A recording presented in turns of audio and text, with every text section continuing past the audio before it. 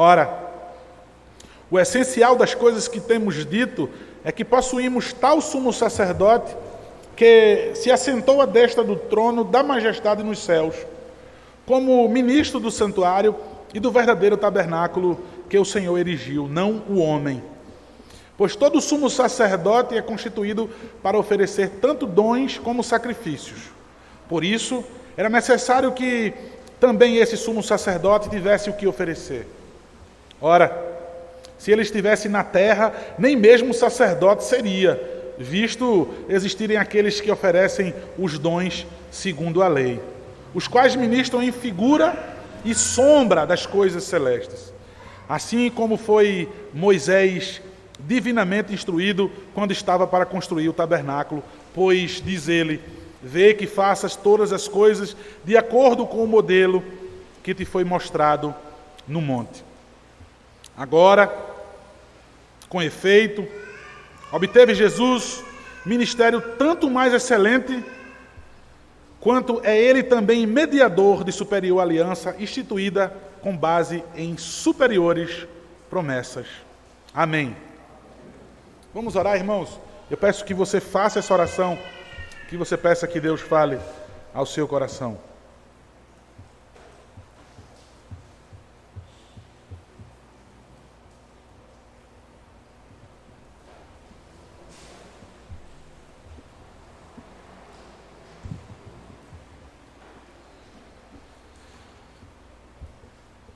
Ó Deus maravilhoso, Tua palavra, Pai, a Tua palavra, ó Deus, o que mais nos interessa, Senhor?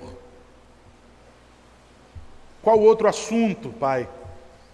A Tua palavra nós ouvimos, Tua palavra nós vamos ouvir, lemos e vamos ouvi-la, Pai, sendo pregada, a Tua palavra. Qual outro interesse, Deus? Tira essa pobreza, Pai, dos nossos corações. Se há interesse que vence esse momento. Por causa disso, muitos, Pai, desistiram. Por causa disso, muitos andam errantes, Pai. Porque foram tardios em ouvir. Tem misericórdia da minha vida. Tem misericórdia da nossa igreja, ó Deus. Nós precisamos da Tua palavra, Pai. O Senhor nos salva pela Tua palavra. O Senhor nos sustenta, nos mantém, Pai, em Tua palavra. Então, em nome de Jesus, Pai, tem misericórdia do Teu povo, da Tua igreja. E fala aos nossos corações. Amém. Queridos, sabemos a situação em que essa carta foi escrita. Nós sabemos que ela foi escrita em 65 depois de Cristo, 30 anos depois que Jesus havia cumprido a sua missão. Provavelmente 30 anos. Os apóstolos ainda alguns vivos, mas a religião judaica viva ainda, super acesa. Inclusive, a única religião oficial aí que podia se pronunciar o nome de Deus. Mas o nome de Cristo, jamais. Perseguição ferrenha por professar o nome de Cristo. Os judeus estavam firmes e tranquilos, especialmente esse povo aqui, do qual são chamados de hebreus. Certamente em Roma, por causa da situação em que vivia, por causa das perseguições, não sabemos ao certo, mas atribuímos a Roma. Não sabemos também a autoria do apóstolo, entendemos que tanto a localização dos destinatários, quanto também a autoria da carta, foi por conta de uma emergência. A breve saudação, indo direto ao ponto. A emergência, o desejo de se falar a esses irmãos. Falar o quê? O que é tão emergente que supostamente, creio eu, e inclusive muitos teólogos, esqueceu de assinar a carta, comumente era feito isso. Que desejo é esse? Que pressa é essa de dizer as coisas? Nós vemos, ao ler toda a carta aos hebreus, nós vemos qual é o motivo. Vamos rever esses motivos? Hebreus capítulo 3, versículo 12 ao 14. Uma fé enfraquecida. Não eram como antes. Não eram efervescentes como antes. Versículo 12 ao 14 do capítulo 3. Tende cuidado, irmãos, jamais aconteça haver em qualquer de vós coração de incredulidade que vos afaste do Deus vivo. Pelo contrário, exortai-vos mutuamente, cada dia, durante o tempo que se chama hoje, a fim de que nenhum de vós seja endurecido pelo engano do pecado, porque nos temos tornado participantes de Cristo, se de fato guardamos firme até o fim a confiança que desde o princípio tivemos. Em Hebreus capítulo 10, 25, revela outro problema. E aí nós vemos a urgência do autor. As pessoas nem ir para a igreja frequentemente estavam indo. Qualquer coisa impedia que as pessoas fossem para a igreja. Versículo 25 do capítulo 10. Não deixemos de congregar, como é costume de alguns. Antes façamos admoestações, e tanto mais quando vedes que o dia se aproxima. Não há tempo para desistência, irmãos. Não há tempo para chorumelas e justificativas. Hebreus capítulo 2, versículo 1. Nós vemos que algumas pessoas até iam ao culto, mas nem prestavam atenção na pregação. E porque eram tardios em ouvir, o resultado, irmãos, é fraqueza mesmo e desistências. Por esta razão, importa que nos apeguemos com mais firmeza às verdades ouvidas, para que delas jamais nos desviemos. Hebreus capítulo 12, versículo 12, parece que a igreja está mesmo inclinada ao desânimo. Suas mãos estão decaídas. Versículo 12 então diz: por isso restabeleceis as mãos decaídas e os joelhos trôpegos. A igreja, de fato, estava enfraquecida. Hebreus capítulo 5, versículo 12, em vez de estarem prontos a ensinar outros, no seu desinteresse, então, não aprendiam nada, nem as coisas básicas do Evangelho, nem muito menos as mais profundas. Observe o que diz o texto. Pois, com efeito, quando devias ser mestres, atendendo ao tempo decorrido, tendes novamente necessidade de que alguém vos ensine de novo quais são os princípios elementares dos oráculos de Deus. Assim vos tornastes como necessitados de leite e não de alimento sólido. Ora, todo aquele que se alimenta de leite é inexperiente na palavra da justiça, porque é criança. Mas o alimento sólido é para os adultos, para aqueles que pela prática têm suas faculdades exercitadas para discernir não somente o bem, mas também o mal. Em Hebreus capítulo 10, versículo 32 ao 34, mostra que a igreja mudou. A igreja é uma igreja madura, suportava tudo, mas agora, em meio aos sofrimentos, em meio aos problemas, esfriaram. Lembrai-vos, porém, dos dias anteriores, em que, depois de iluminados, sustentastes grandes lutas e sofrimentos. Ora, expostos como em espetáculo, tanto de opróbrio quanto de tribulações. Ora, tornando-vos co-participantes com aqueles que desse modo foram tratados. Porque não somente vos compadeceste dos encarcerados, como também aceitaste com alegria o espólio dos vossos bens, tendo ciência de persuadir vós mesmos, possuídos vós mesmos patrimônio superior e durável. Queridos, qual era a solução então em meio a esses problemas? Qual a solução? Desistir? Vamos desistir de ser crente? Alguém vai dizer, desistir de ser crente? Jamais. Se houver outra maneira de continuar sendo crente, e hoje existem 1000 maneiras de continuar sendo crente. Não é isso, irmãos? Hoje existem 1000 maneiras de continuar sendo crente, entre aspas. Haviam sugestões desde aquela época. Eu posso dizer então que o pragmatismo, sendo uma corrente de ideias que prega que a validade de uma doutrina é determinada pelo seu bom êxito prático. Estou em outra igreja, eu estou fazendo isso, olha como eu já sou crente. Eu sou crente ainda. Foi só porque aconteceu isso, porque... Mesma coisa com os hebreus. Vamos crer nos anjos. Uma forma de ser crente. Nós estamos sempre contextualizando nos nossos dias. Logicamente que ninguém crê dessa forma hoje. Poucas pessoas, são raros. Mas o pragmatismo continua forte e as sugestões vêm aos montes nos ouvidos. Mas nessa época, os hebreus, vamos crer nos anjos e assim continuaremos sendo crentes. É só não professar. E nós vimos no capítulo 1 e no capítulo 2, o autor de Hebreus com toda a veemência dizendo, Cristo, ele é superior aos anjos. Parem com isso. E eu lembro a vocês que a justificativa é grande, todo mundo tem justificativa e convence um ao outro. Chego num pé de parede, faço um fuxico com o outro e digo, olha, você está certo mesmo. Não, eu concordo com você. Eu concordo com você. Os anjos foram que trouxeram a lei. Foi pelo intermédio dos anjos que Deus deu a lei a Moisés. Seres celestiais. Claro que nós podemos ser crendo nos anjos. Cristo, ele é superior aos anjos. Do capítulo 3, do versículo 1 ao versículo 2 do capítulo 4, havia outra sugestão. Moisés.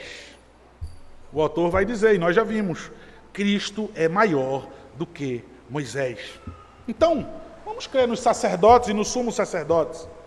Nós vimos que no capítulo 4, versículo 13, até o versículo 28 do capítulo 7, que Cristo é maior do que os sacerdotes e os sumos sacerdotes. E hoje, começando hoje, até o capítulo 10, se o Senhor nos conceder em graça chegarmos lá, nós vamos ver que Cristo ele é maior do que os sacrifícios do Antigo Testamento. Cristo ele é superior aos sacrifícios do Antigo Testamento. Que inclusive o autor de Hebreus vai dizer, isso caiu em desuso, isso não serve mais. Esqueçam isso. Queridos, ao pregar esse texto, pela minha limitação e dos pregadores, talvez vocês não notem ênfase, talvez vocês não notem um desejo, uma veemência em querer sacudir os hebreus e dizer, abram os olhos. E aplicando isso, de sacudir a nós mesmos hoje, a Igreja Castelo Forte, dizer, abram os olhos, no que é que vocês estão crendo? Isso é um ídolo que vocês forjaram, isso não é Cristo, embora tenha o mesmo nome, como o povo dizia, não, esse bezerro aqui é Deus, esse bezerro foi que tirou vocês da terra do Egito, é o que nós fazemos hoje, nós confeccionamos bezerros dizendo, esse é o Cristo, e eu creio, e não é você que vai dizer que não é, é o que nós temos feito aos montes, quando há confusão, quando há desistências, quando não há mudança, quando não há crescimento, quando não há maturidade, quando não há firmeza, quando Cristo não brilha na igreja em toda a sua glória, está algo muito errado em nossa crença. O autor de Hebreus, queridos,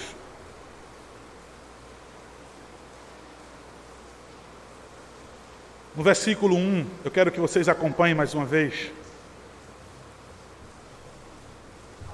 Eu quero ler mais uma vez. É incrível como ele inicia esse capítulo 8. Sabemos que a carta ela é corrida, tá? Não tinham capítulos, nem versículos separados. Mas veja quando ele chega agora nessa seção, nessa unidade e diz, ora, o essencial das coisas que temos dito é que possuímos tal sumo sacerdote que assentou à destra do trono da majestade nos céus. Eu quero que vocês entendam, ouçam essas palavras, como que sacudindo mesmo o seu coração para que a gente acorde, para que a gente desperte. Era isso que ele queria fazer com os hebreus. Então veja, nós vimos que no capítulo anterior, o autor nos forneceu uma exposição maravilhosa do Salmo 110, mais precisamente no versículo 4. E ele vem sempre mencionando o Salmo 110 e o versículo 4. No capítulo anterior, ele fez uma exposição maravilhosa, na qual ele descreve a excelência inigualável do sacerdócio de Cristo na ordem de Melquisedeque. Agora o que ele quer fazer? Ele quer deixar claro que de modo algum os hebreus deixem de considerar o versículo 1 do Salmo 110. Olha, eu disse especificamente o versículo 4. Vamos abrir no Salmo de novo? Salmo 110.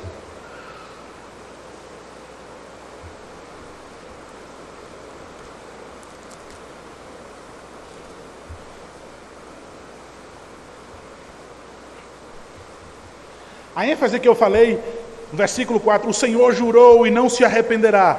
Tu és sacerdote para sempre, segundo a ordem de Melquisedeque. Mas o autor não está dizendo assim, olha, esqueça os outros versículos, até porque nós sabemos pela Bíblia, e assim deve ser a pregação reformada, jamais se construir teologia a partir de um versículo isolado. Então, é exatamente que na exposição ele faz, olha, eu não quero que vocês deixem de observar todo o Salmo. Inclusive, agora ele quer chamar a atenção para o versículo 1. O versículo 1 do Salmo 110. Disse o Senhor ao meu Senhor, assenta-te à minha direita, até que eu ponha os teus inimigos debaixo dos teus pés. Ele quer chamar a atenção dos hebreus, onde Cristo ele é colocado como excelência. Ele está sentado à direita de Deus. Ou seja, ele também é majestade, ele também é rei, ele também governa sobre tudo e todos em absoluto. Então, ele quer dizer, olha, não olha somente para o sacerdócio de Cristo, mas olha também para a sua realeza. Eu quero que vocês olhem Cristo como rei. Não esqueçam disso, não tirem os olhos disso. Jesus Cristo é sacerdote e rei. O único que é sacerdote e rei. Então ele começa o versículo de Hebreus, do versículo 1. Então ele começa dizendo, ora, o essencial, irmãos, essencial, pode ser traduzido como o ponto, ou como todo o ponto, ou pode ser traduzido como o ponto principal, o essencial. Por isso que ele inicia essa cláusula dizendo, é essencial. O quê? Reconhecer o sacerdócio, mas reconhecer também a realeza desse sacerdote. Sobre a realeza de Cristo, nós já vimos no capítulo 1, no versículo 3, no versículo 13, e sabemos que não somente agora ele vai falar sobre a realeza de Cristo. Nós vamos ver ainda no capítulo 10, no versículo 12, no capítulo 12, no versículo 2, o autor volta a afirmar que Jesus é sacerdote e rei. Mas então existe uma expressão aqui, ele está assentado à destra do trono da majestade nos céus. Veja com que alegria ele volta a esse tema. Veja com que desejo, com que força, com que expressão ele volta a afirmar que esse sacerdote, ele é também rei. Ele usa uma expressão tipicamente hebraica, uma expressão que os judeus usavam muito, majestade nos céus ou majestade nas alturas, para se referir a Deus. Era dessa maneira que os judeus se referiam a Deus. Porque não podia pronunciar o nome do Senhor, tantos nomes se davam. Que maravilha, irmãos. E com que banalidade hoje nós cantamos o nome de Jesus numa música barata. Contamos o nome de Jesus ou da Trindade em piadas. O santo nome do Senhor e quebramos assim o terceiro mandamento. E se você vai dizer para alguém, você está quebrando o terceiro mandamento, por brincar numa piada com o nome de Deus, ou por citar um texto evangélico, um texto bíblico numa brincadeira, ou de maneira errada, atribuindo a outra coisa, Deus não terá você por inocente. Ah, você é legalista demais. Assim se chamavam, assim se referiam a Deus, a majestade nos céus. E porque sentado, ele se assentou no lugar de mais alta honra, na destra dessa majestade celestial, no trono. Sentar era uma característica de honra, irmãos. De honra e de autoridade. Isso no mundo antigo. Ou seja, um professor que tinha valor, incrível valor naquela época, no mundo antigo, um professor sentava-se para ensinar. Uma corte sentava para julgar. Um rei sentava-se para receber os seus súditos. O livro de Apocalipse ele é recheado de textos assim. Apocalipse capítulo 4, versículo 2 e o versículo 10, vai mostrar Deus sentado em seu trono. Também Cristo compartilhando esse trono, no capítulo 1, no versículo 4 e no versículo 5. Mas sigamos então, irmãos, o versículo 2 de Hebreus capítulo 8.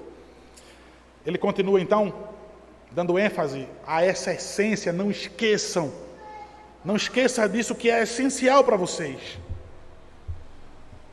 Ele diz, como ministro, esse rei sacerdote, como ministro do santuário e do verdadeiro tabernáculo que o Senhor erigiu. Irmãos, o trono de Deus e o santuário, ou seja, o verdadeiro tabernáculo, o trono de Deus e o santuário, ou seja, o tabernáculo verdadeiro, colocam o rei e o sumo sacerdote aqui no mesmo lugar. Essas duas figuras do nosso Senhor são colocadas agora no mesmo lugar, como ministro do santuário, do verdadeiro tabernáculo, que o Senhor erigiu e não o homem. Ou seja, foi falado do rei, no primeiro versículo, e agora como um sacerdote, ministro, que serve o seu trabalho sacerdotal, de levar o homem a Deus, o interesse dos homens, perdão do pecado dos homens, a justificativa dos homens. Mas isso não é nenhuma novidade, irmãos. Lá no tabernáculo, no deserto, Deus colocou o seu trono. Nós vemos isso em Levítico capítulo 16, no versículo 2. Então disse o Senhor a Moisés, dize a Arão teu irmão, que não entre no santuário em todo o tempo, para dentro do véu, diante do propiciatório que está sobre a arca, para que não morra, porque aparecerei na nuvem sobre o propiciatório. Ou seja, Deus residia atrás do véu, na tenda da reunião. Em Apocalipse também, capítulo 16, versículo 17, então derramou o sétimo anjo a sua taça pelo ar, e saiu grande voz do santuário, do lado do trono, dizendo, feito está. Ou seja, o trono e o templo são mencionados aqui juntos. Ou seja, prestem bem atenção que maravilha. Justiça e misericórdia fluindo junto do trono e do santuário, do rei e do sumo sacerdote. Irmãos, prestem atenção. Justiça flui de onde? Do trono. Justiça flui do trono. Misericórdia flui de quem? De onde? Do santuário. Justiça flui de quem? Do rei. E misericórdia do sumo sacerdote. Não é desgosto para mim, eu quero repetir. Em nome de Cristo, prestem atenção. Os dois sendo colocados juntos de maneira proposital. Sendo inspirado pelo próprio Deus. O autor de Hebreus querendo colocar a excelência, a superioridade de Cristo em qualquer outra crença que você pode ter. Ele quer dizer isso então aqui, irmãos, aos hebreus. Ele quer dizer isso para mim e para você. Colocando os dois juntos, ele diz justiça e misericórdia estão juntos. De que maneira? A justiça, um rei, ou seja, no trono. Justiça do trono, misericórdia do santuário, justiça do rei e misericórdia do sumo sacerdote. E o ministro, como já coloquei, é um servo. Ele serve no santuário. Com sua morte sacrificial, Jesus completou sua obra expiatória na terra. Com sua ascensão, ele entrou na presença de Deus, no santuário celestial, e sentou-se à direita de Deus. Veja que serviço maravilhoso em nosso favor. Serve no santuário, como ministro do santuário. De que maneira? Com sua morte sacrificial. E assim ele completa a obra expiatória, sua missão na terra. E com sua ascensão, ele é exaltado. Ele entra na presença de Deus, no santuário celestial. E aí ele senta à direita de Deus.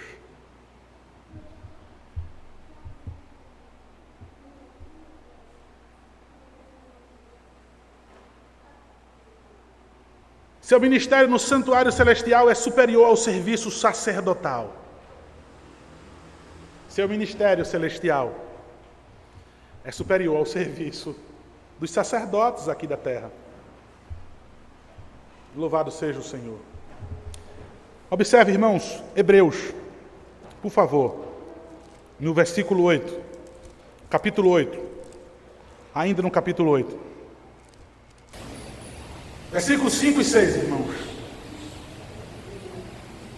Mostrando que é superior o ministério do santuário. Os quais ministram em figura de sombras das coisas celestes, assim como foi Moisés, divinamente instruído, quando estava para construir o tabernáculo, pois, diz ele, vê que faças todas as coisas de acordo com o modelo que te foi mostrado no monte.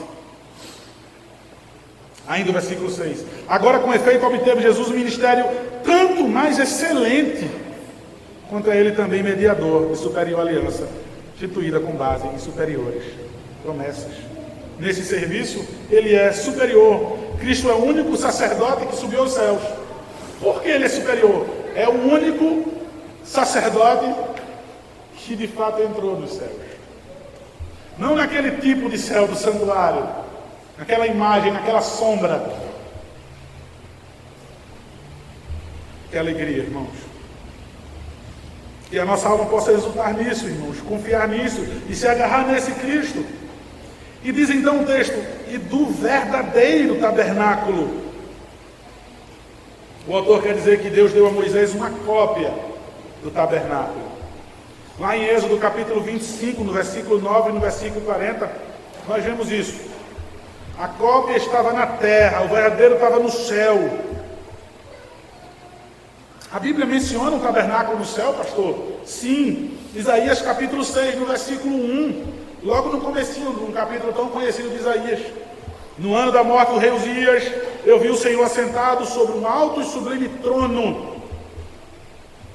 E as abas de suas vestes enchiam o templo. Olha aí que ele vê o rei e vê o sacerdote.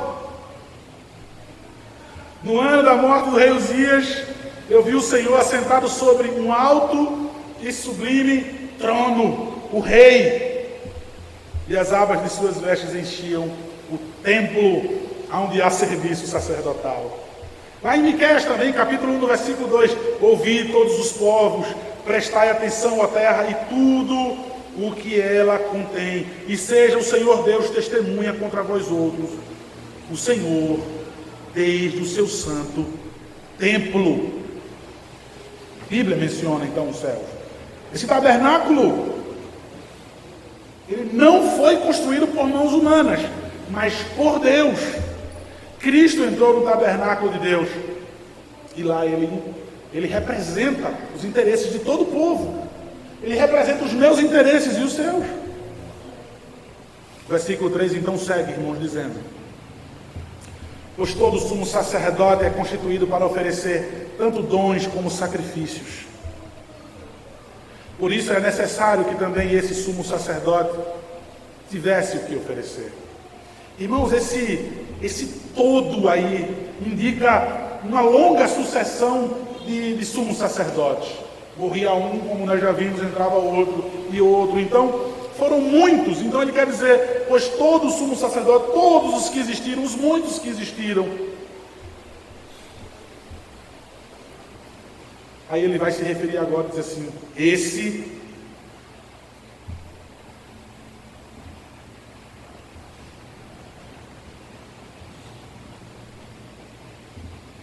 era necessário que também esse...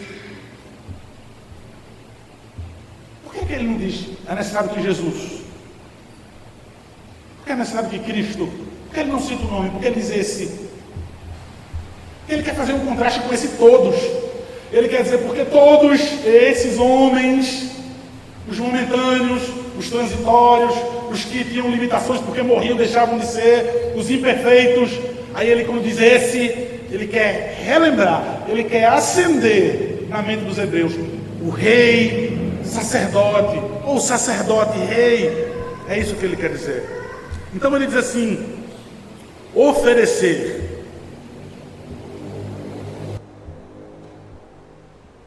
Ele usa essa palavra 2 vezes, esse oferecer, no mesmo versículo.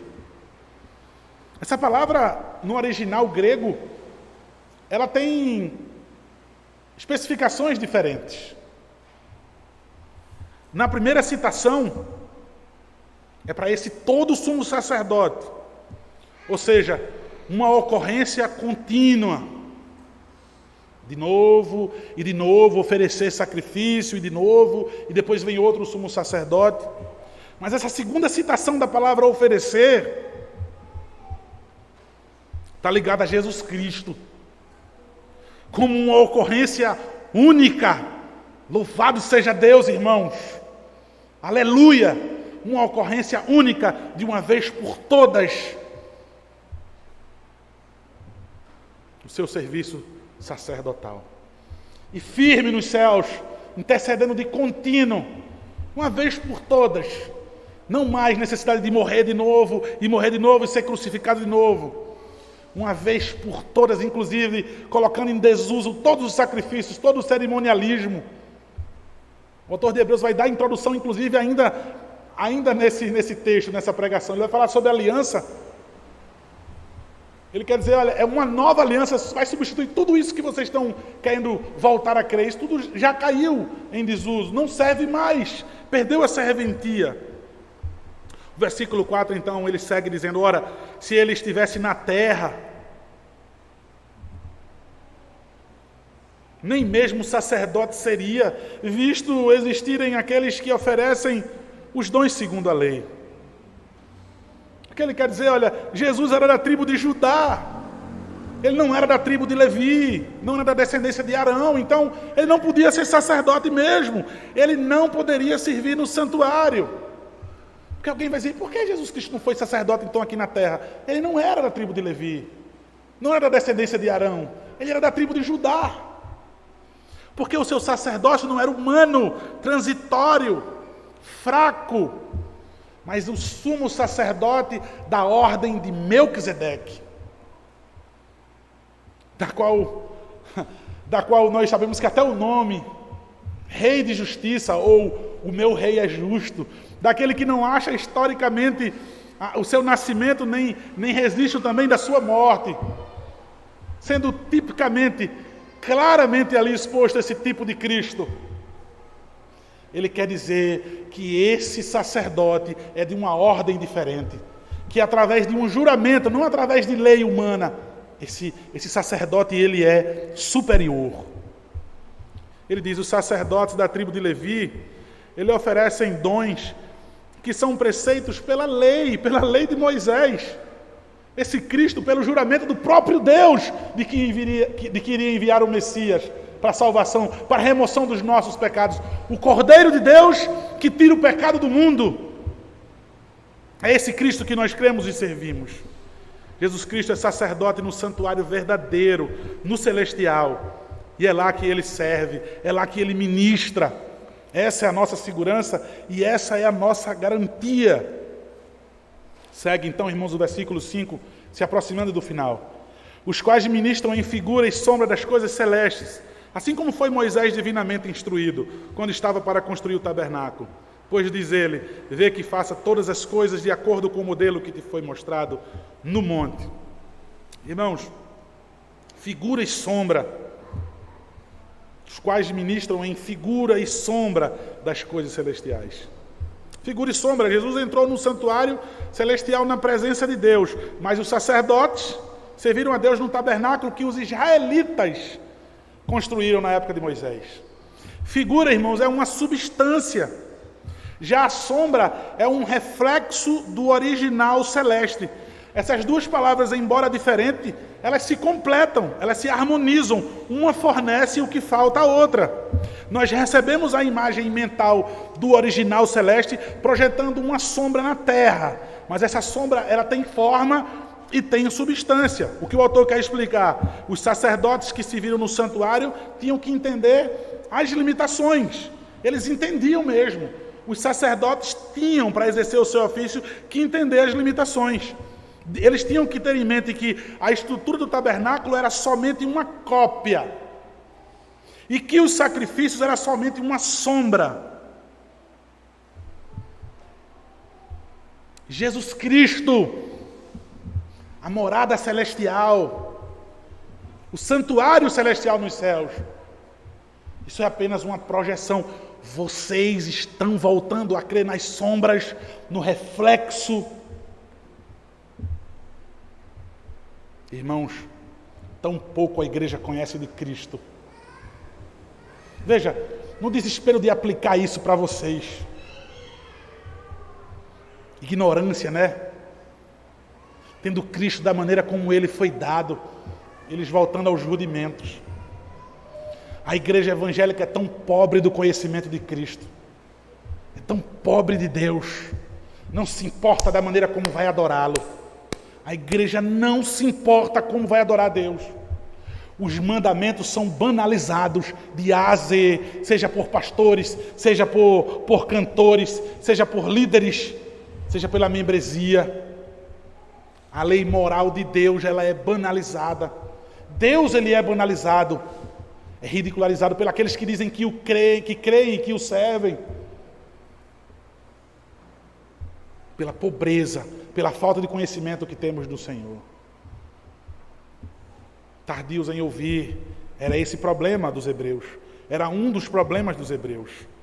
Lá no capítulo seguinte, no capítulo 9, versículo 23 e 24, no capítulo 10, versículo 1, nós vamos ver o autor explicando o significado dos sacrifícios. Ele vai dizer então, irmãos,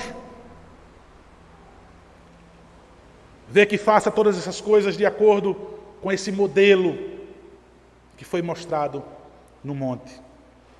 Vamos abrir em Êxodo capítulo 25, só um resumo daquilo que foi mostrado no monte. Êxodo capítulo 25. Êxodo capítulo 25, no versículo 40. Vê, pois, que tudo faças segundo o modelo que te foi mostrado no monte. O próprio Senhor o mostrou. Agora, o capítulo 26, versículo 30. Levantarás o tabernáculo segundo o modelo que te foi mostrado no monte. Êxodo capítulo 27 agora, versículo 8. Êxodo capítulo 27, versículo 8. Oco e de tábuas o farás, como se te mostrou no monte, assim o farão. É essa referência que o autor de Hebreus coloca. Olha, eu vou pegar o texto do Antigo Testamento, vou colocar para vocês qual foi o modelo, de onde é que eu estou dizendo essas coisas. De algo que vocês têm conhecimento, algo que não é novidade para vocês. E segue então o capítulo 6. Agora, com efeito, obteve Moisés ministério tanto mais excelente, quanto é ele também mediador de superior aliança, instituída com base em superiores promessas. Irmãos, de uma maneira abrupta agora, o autor introduz o conceito de pacto, de aliança, que ele já mencionou, nós já vimos isso no sermão passado, versículo 22 do capítulo 7. É como se o autor agora quisesse dizer, eu já estou pronto, e agora eu vou começar a explicar a superioridade da nova aliança, que inclusive substituiu a antiga. Ele já aponta aqui Cristo como sendo o mediador desta nova aliança. Nós vamos ver isso no próximo sermão, se assim Deus permitir, começar a ver isso. Por que é que ele diz superior? 2 vezes essa palavra é citada. O ministério que Jesus exerce é superior ao ministério dos sacerdotes. O serviço dele como sacerdote é superior, isso já foi dito. E a nova aliança, ela é superior à antiga aliança. Ela arrebenta, ela quebra, ela anula completamente a antiga aliança. Jesus não apenas cumpriu o seu ofício sacerdotal, mas ele introduziu uma nova aliança. Ele não apenas cumpriu seu ofício, mas ele introduziu uma nova aliança. E ele diz, com base em quê? Em superiores promessas. Por quê? Porque a antiga aliança foi feita com base nas leis de Moisés. Transitória, de novo, transitória, fraca, bem fracionada, bem imperfeita. incapaz. A nova aliança é feita em quem, queridos? Texto que nós vemos todo domingo de manhã, na Santa Ceia. Este é o cálice da nova aliança. Há dúvidas da superioridade dessa nova aliança, que não foi dada por Moisés, mas agora o próprio Cristo declara: eu entrego a vocês esse cálice, que é a nova aliança, no meu sangue, não no sangue de animais, mas de uma vez por todas em mim. Queridos irmãos, tanta coisa tem o Senhor a nos ensinar sobre isso. A maravilha dessa nova aliança, que o Senhor permita que vejamos nos próximos sermões. Mas, meus irmãos, que lição maravilhosa para a igreja, para a nossa falta de fé. Queridos, a superioridade de Cristo em absolutamente tudo aquilo que nós cremos. Chega, queridos, de Cristo ser apenas um amuleto, de Cristo ser apenas uma citação pronunciada de qualquer forma da nossa boca para fora, mas de crer, porque vivemos por modo digno de Cristo, porque estamos prontos a sofrer, porque estamos prontos a morrer por Cristo, estamos prontos a uma autonegação, estamos prontos a perder absolutamente tudo nesse mundo por causa dessa nossa crença. Entregar a nossa vida inteira, aquele que resolveu o nosso maior problema para sempre, aquele que tudo me dá em sua graça, dedicar e devotar a minha vida a Ele. Sensatez dada somente pelo Espírito Santo a você. E nessa noite o meu desejo é que o Espírito Santo esteja lhe concedendo isso. O meu desejo é que o sumo sacerdote esteja agora agindo em teu favor no santuário celestial, para que nessa noite você entregue a sua vida a Ele, para que você confie só nele. Pare de crer na sua religiosidade, pare de crer nesses contos do seu coração, nessa novela que tua vida escreveu, que você acredita ter fé e descreve isso como fé. Crê apenas no Senhor Jesus Cristo, para que seja salvador de tua vida. Amém, irmãos? Amém. Que o Senhor tenha misericórdia de nós, nos encha da sua palavra e passamos a crer totalmente no Senhor Jesus Cristo. Amém.